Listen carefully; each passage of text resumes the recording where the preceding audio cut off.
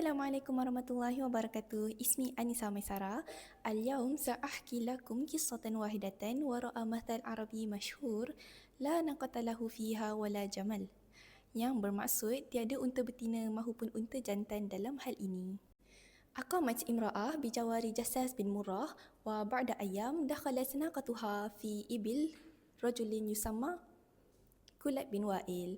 Terdapat seorang wanita yang tinggal berhampiran dengan Jasas bin Murrah dan pada satu hari unta betinanya memasuki kawasan unta jantan yang dimiliki oleh Kulayb bin Wa'il. Faqatala Kulayb naqatal mar'ah.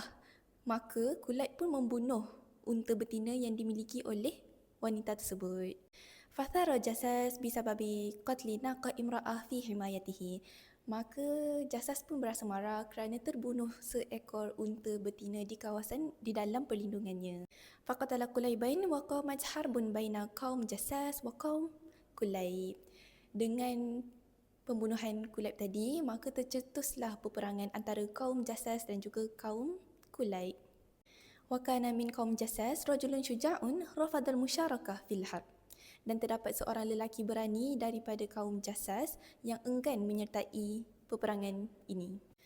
Qailan lan usyarik fi harb la naqati fiha wala jamali. Dia pun berkata, saya tak nak menyertai peperangan ni. Unta betina dan mahupun unta jantan saya tak terlibat pun dalam peperangan ni.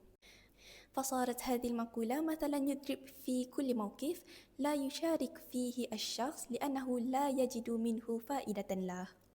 Oleh itu, pepatah ini menjadi peribahasa yang digunakan dalam setiap situasi yang mana seseorang tidak menyertai kerana dia tidak mendapat apa-apa faedah pun daripadanya.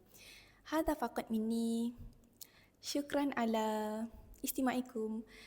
Assalamualaikum warahmatullahi wabarakatuh.